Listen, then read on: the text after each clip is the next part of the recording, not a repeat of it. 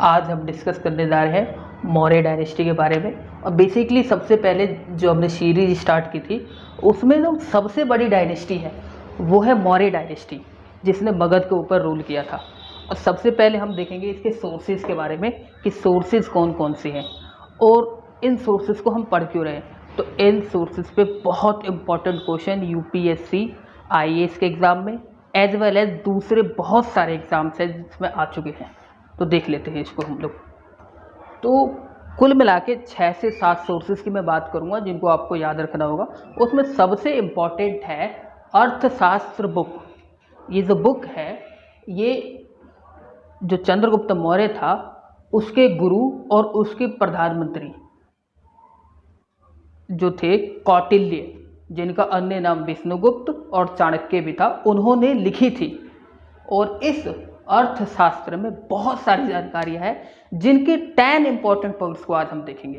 तो पहला पॉइंट है, ये बुक है ये पॉलिटिक्स और public administration 6th century BC से लेकर जो मगध में जो एडमिनिस्ट्रेशन हुआ करता था, बेसिकली पॉलिटिक्स के बारे में ये बुक है। बिल्कुल कंफ्यूज मत होना कि ये इकोनॉमिक्स के बारे में है। इकोनॉमिक इसमें बहुत कम दिया हुआ है, इसमें तो असली बात पॉलिटिक्स दिया है। राजा के कर्तव्य दिए हैं, एक नगर कैसा होना चाहिए, उसका पूरा सिस्टम कैसा होना चाहिए, राजा कैसे शासन करता है, लैंड रिवेन्यू पॉलिसीज कैसी होती है, कौन कौन सी विदेश नीति के तत्व है, वो सारे के सारे इसमें मेंशन है। पहली चीज जो याद रखनी है वो ये बुक पॉलिटिक्स और पब्लिक एडमिनिस्ट्रेशन के बारे में है मगध के।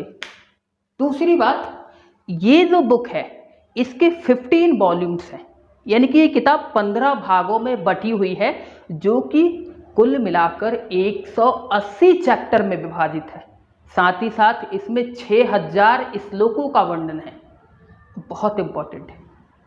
तीसरी बात जो देखनी है, इसको आधुनिक काल में सबसे पहले 1909 में डॉक्टर श्याम शास्त्री ने पब्लिश करवाया था। एक इंपॉर्टेंट बात यह है कि ये इसमें सप्तांग थ्योरी ऑफ स्टेट, यानी कि किसी स्टेट के 7 अंग होते हैं उसके बारे में बताया गया है, जो कि आजकल स्टूडेंट्स को ग्रेजुएशन, पोस्ट ग्रेजुएशन और अन्य कई सारे कोर्सेज में पढ़ाया जाता है। वो थ्योरी यहाँ दे रखी है। आगे देखते हैं। इसमें भले ही ये किताब मौर्य डायनेस्टी, चंद्रगुप्त मौर्य और अन्य के बारे में है, वहाँ की पॉलिटिक्स के बारे में है, पर इसमें कहीं भी मौर्य रूलर्स के बारे में मेंशन नहीं है और उनकी कैपिटल जो कि पाटलिपुत्रा थी उसके बारे में भी कहीं वर्णन नहीं मिलता है। ये एक इंपॉर्टेंट फैक्ट है इसके बारे में जो शायद ही आपको कोई बताए। अगली बात है कि जो ये अर्थशास्त्र लिखा गया था इसको लेकर कई सारे जो हिस्टोरियंस हैं, अन्य राइटर्स हैं, उन्होंने यह शक जताया है कि इसका टाइम पीरियड कुछ और भी हो सकता है। तो इसके टाइम पीरियड को लेकर डिस्प्यूट्स हैं। आगे इसमें 18 तीर्थ के बारे में बताया गया। अब ये तीर्थ क्या होते? तो ऑफिसर्स होते थे। स्टेट 18 ऑफिसर्स को तैनात करके रखता था अपने कार्यकाज को चलाने के लिए। तो उन 18 तीर्थास के बारे में बताया गया है।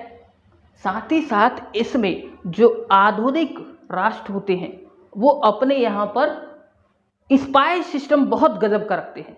अमेरिका रखती है, पाकिस्तान रखती है, इंडिया रखती है, इजराइल कितनी बेहतरीन है, उस वक्त भी हुआ करती थी स्पाई सिस्टम, और उसको बोलते थे महामात्य सर्प।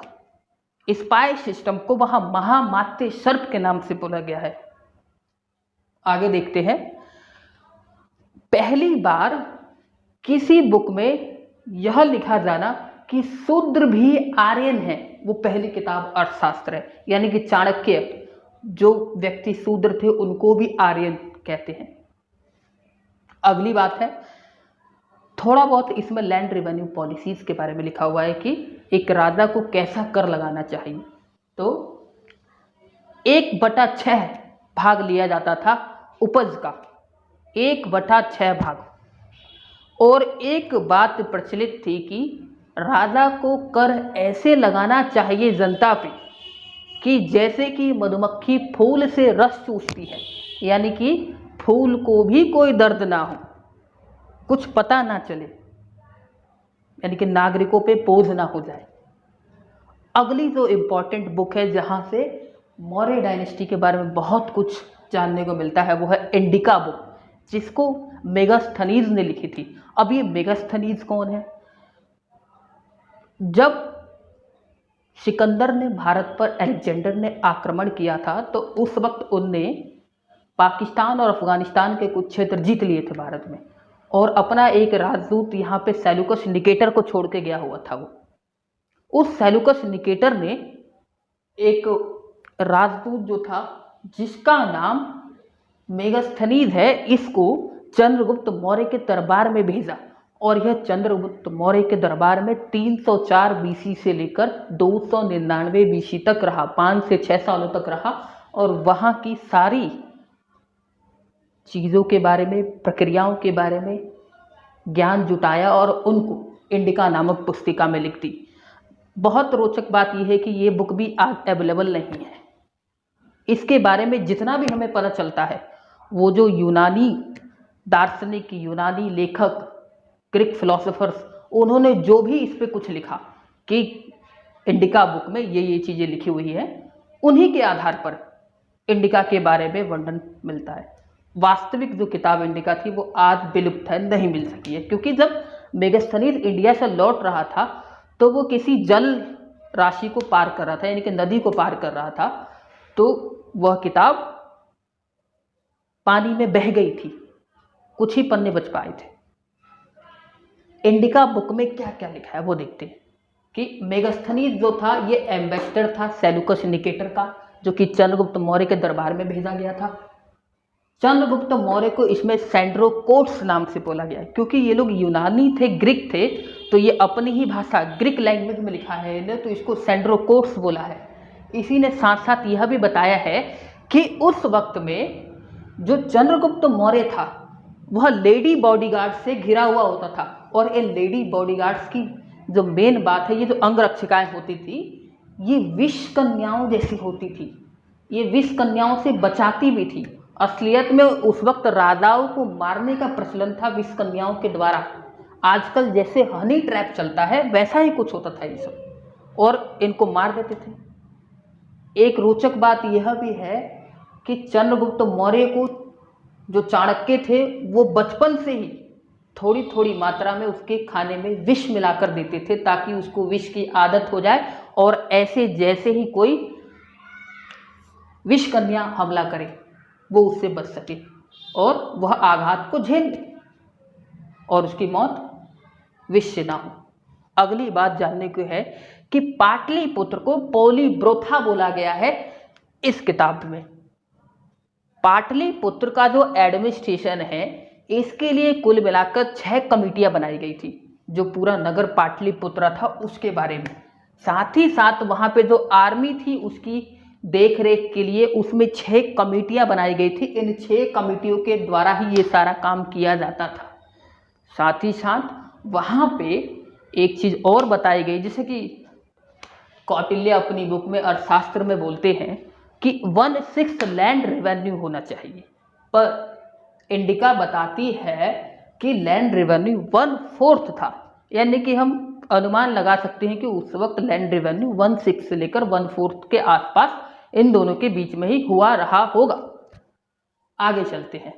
जो एक उत्तरापथ नाम का एक रास्ता था, एक पूरी सड़क थी जिसको चंद्रगुप्त मौर्य ने बनवाया था। उस वक्त ये सड़क मिट्टी की बनी हुई थी, और यह सड़क सिंध, जो पाकिस्तान का सिंध रीजन है, मैं आपको दिखाना चाहता हूं कि पाकिस्तान का सिंध रीजन कहां पड़ेगा। तो ये देखिए, ये इंडिया है, यहाँ पाकिस्तान है, और यहाँ पे था बांग्लादेश। यहाँ पे पाकिस्तान का सिंध प्रांत से लेकर यहाँ बांग्लादेश प्रांत तक, बांग्लादेश के सोनागांव बंगाल, यहाँ तक को ये जोड़ती थी। और इसी सड़क का मध्यकाल में, यानी कि मिडिवल पीरियड में, शेर शाह सूरी नामक बहादुर राजा ने इसका रिबिल्ट करवाया, अच्छे से इसको दोबारा मरम्मत करवाई। और जब अंग्रेजी वक्त था भारत में, उस वक्त इसी रोड का नाम जीटी रोड पड़ गया, और यह आज रोड नेशनल हाईवे के रूप में जानी जाती है। ये इसका इतिहास है। अगली बात है कि इंडिका बुक में यह बताया गया है कि भारत में गोल्ड माइंस थी, और ये गोल्ड माइंस कहाँ थी, तो वो थी दारदिस्तान, कश्मीर के अंदर। कश्मीर का नाम है दारदिस्तान, वहाँ पे थी। कुछ फॉरेन राइटर्स हैं जिन्होंने जो ये इंडिका बुक है इसी के बेसिस पे और अपनी नॉलेज के बेसिस पे इंडिया के बारे में अपनी अपनी किताबों में लिखा है। तो ऐसे ही कुछ हैं, Strabo, Diodorus, Pliny, Arrian, Plutarch के बारे में इंपॉर्टेंट चीज़ें तो जाननी है, बाकी का नाम बस हमें याद रखना है। वो है कि इसने अपनी किताब में इसको, चंद्रगुप्त मौर्य को एंड्रोकोट्स बोला है। इंडिका में उसको सेंड्रोकोट्स बोला गया है, प्लूटार्क की बुक नेचुरल हिस्टोरिका में एंड्रोकोट्स बोला गया है। ऐसी जस्टिन ने भी भारत के बारे में विवरण लिखे हैं, पर वो सारे विवरण सामान्य हैं, इतने सामान्य हैं कि उसको पढ़ने की जरूरत नहीं है, बस जान लेना है। अगली जो इंपॉर्टेंट सोर्स है वो जूनागढ़ इंस्क्रिप्शन ऑफ रुद्रदामन। रुद्रदामन जूनागढ़ का शासक हुआ करता था, उनने एक इंस्क्रिप्शन जो कि जूनागढ़ में था उसी को बनवाया था। तो उसमें कई सारी जानकारियाँ मिलती है। उसमें सबसे पहली जानकारी ये है कि वहाँ पे एक सुदर्शन लेक बनवाई गई थी चंद्रगुप्त मौर्य के द्वारा। बेसिकली वो जो राजस्थान में सौराष्ट्र का इलाका है वहाँ पे पानी की कमी रहती है, और वहाँ के राज्यपाल अक्सर कहा करते थे सेंटर यानी कि पाटलिपुत्रा में चंद्रगुप्त मौर्य से कि वहाँ पानी की कमी है, तो एक सुदर्शन लेक बनवाई गई वहाँ पे सौराष्ट्र क्षेत्र में। साथ ही साथ दूसरी बात यह है कि इस सुदर्शन लेक को दोबारा से बिल्ट करवाया गया अशोकन पीरियड में। उस वक्त जो राज्यपाल थे उसने कहा था कि इसको मरम्मत की जरूरत है, तो इसका जीर्णोद्धार दोबारा से करवाया गया था अशोकन पीरियड में।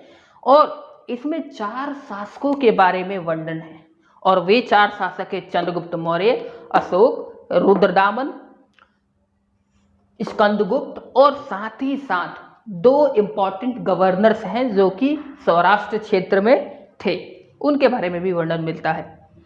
इसी के साथ एक अलग किताब है, वो है मुद्रा राक्षस, जो कि विशाख दत्ता ने लिखी थी विशाख दत्त ने। इसमें चंद्रगुप्त मौर्य के लिए वृषल शब्द का प्रयोग किया गया है। अब वृषल का अर्थ कई इतिहासकार निकालते हैं नीच कुल वाले, छोटी जात वाले, एक तरीके से जो निम्न स्तर के लोग थे, गरीब थे एक तरीके से, वो मानते हैं। पर बेसिकली इसका मतलब शूद्र बताया गया, ब्राह्मण, क्षत्रिय, वैश्य, शूद्र वाला, जो सबसे निचले पायदान वाले शूद्र, चंद्रगुप्त मौर्य का नाम ये बोला गया वृषल। साथ ही साथ इसमें मुद्रा राक्षस में यह बोला गया है कि चंद्रगुप्त मौर्य कोई और नहीं अपितु धनानंद का पुत्र था। अन्य आश्चर्यजनक बात यह भी है कि कुछ अन्य किताबों में इसको धनानंद का पौत्र भी बोला गया है। आगे चलते हैं। कुछ बुद्धिस्ट लिटरेचर्स हैं, बौद्ध धर्म के ग्रंथ हैं, उसमें भी मौर्य वंश के बारे में मिलता है। तो श्रीलंका में एक किताब लिखी गई थी महावंश, एक और किताब लिखी गई थी दीपवंश। तो महावंश में चंद्रगुप्त मौर्य के बारे में, जो मौर्य डायनेस्टी के लोग हैं उनको क्षत्रिय बोला गया है। जैन लिटरेचर में एक बुक है परिशिष्ट पर्वम, इसमें भी मौर्य लोगों को क्षत्रिय बताया गया है। और इसमें बताया गया है कि जो ये मौर्य लोग हैं ये मोर पालने वाले की बेटी के बेटे थे। एक मोर पालने वाले लोग थे जो कि गोरखपुर के आसपास रहते थे, वहाँ मोर पाए जाते हैं, और वहीं पे क्योंकि ये लोग मोर पालते थे तो मोर से मौर्य बना। तो ये वही बात है। अगली जो चीज है वो है कई सारे अशोकन इंस्क्रिप्शन और पिलर है, जिसको हम अगले वीडियो में देखेंगे डिटेल में।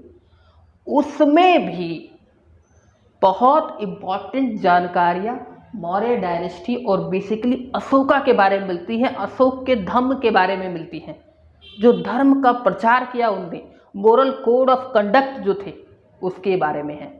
सो नेक्स्ट वीडियो में हम लोग देखेंगे अशोकन इंस्क्रिप्शन, उनसे क्या पता चलता है हमें। बहुत इंपॉर्टेंट वीडियो है। 13 बहुत महत्वपूर्ण इंस्क्रिप्शन है जिनको हमको पढ़ना है। कुछ माइनर पिलर्स और एडिक्ट्स हैं, इंस्क्रिप्शन है, उनको पढ़ना है। रॉक एडिक्ट है, केव एडिक्ट्स हैं कई सारे, उनको देखना है, कलिंगा वॉर देखना है, अशोका कैसे गद्दी पे बैठा वो देखना है। ये सब बातें हम नेक्स्ट वीडियो में देखेंगे। Thank you very much for watching. अगले वीडियो में मिलेंगे।